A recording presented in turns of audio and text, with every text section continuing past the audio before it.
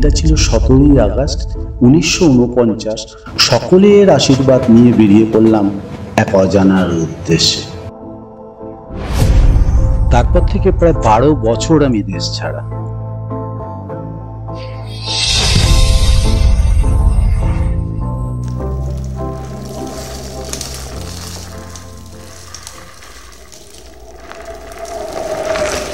এটা তুই কোথা থেকে পেলি? আমি তো এক্সপার্ট তো নই যে তোকে এটা দাম বলবো। আমি তোকে খালি এটার হিস্ট্রি বলতে পারি। আচ্ছা, এই শিব মন্দিরের পেছন দিয়ে একটা রাস্তা আছে। একটা রাজ্য ছিল, সেই রাজ্যের শাসক।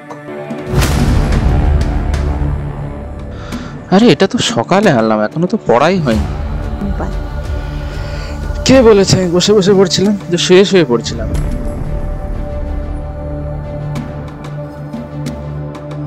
সেই অভিশপ্ত উপহারের বোঝা পিঠে চাপিয়ে বিশ্বনাথ পুত্র থাকবে আজীবন।